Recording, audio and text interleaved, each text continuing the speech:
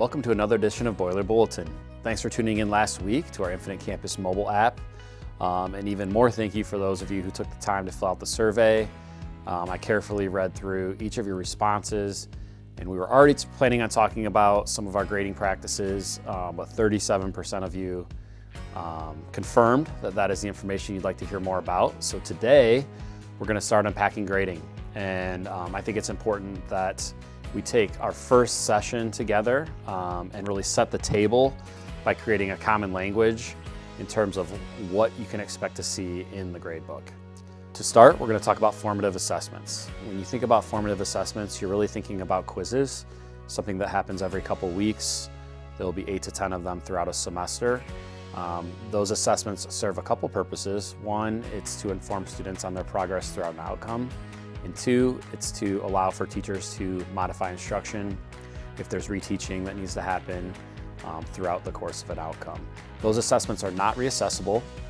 The reason is we really want to hold students accountable for keeping up with their work on a daily basis, and it allows for us to move a little quicker throughout the curriculum. So again, you'll see formative assessments worth 20% of the grade, and those are not reassessable. Moving on, we have something called summative assessments. This is the majority of the grade. And summative assessments assess outcomes. And so outcomes, when you think about outcomes, you're thinking about bigger chunks of knowledge. You're looking at like a chapter or unit of study, and they're worth 70% of the grade. We do allow for reassessment.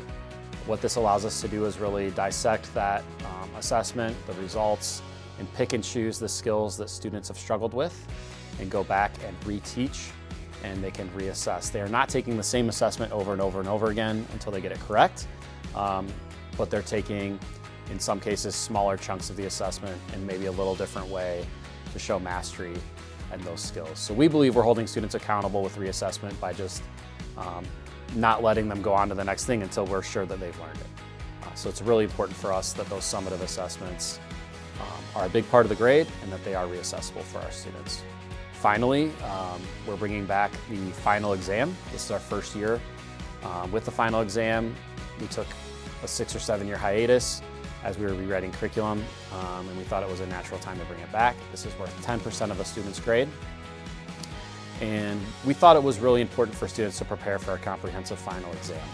Regardless of the next phase of their life, whether they're going into the workforce, the trades, or to a university or community college, they'll have some sort of assessment that they need to spend a good chunk of time preparing for. And we wanted to provide that experience for them in a safe environment like BBCHS. And those exams are worth 10% of the grade. So enough to really matter, but not enough to bury somebody if it doesn't go exactly how they planned. Just to start, we thought it was important that you understood the 3 grades you're going to see in a student's grade book. And next episode, we'll talk about a little more specifics into the grade book, like how a grade is actually calculated from those 3 categories. Thanks for tuning in, and don't forget to fill out the survey so that we can hear your feedback and plan accordingly. Thanks.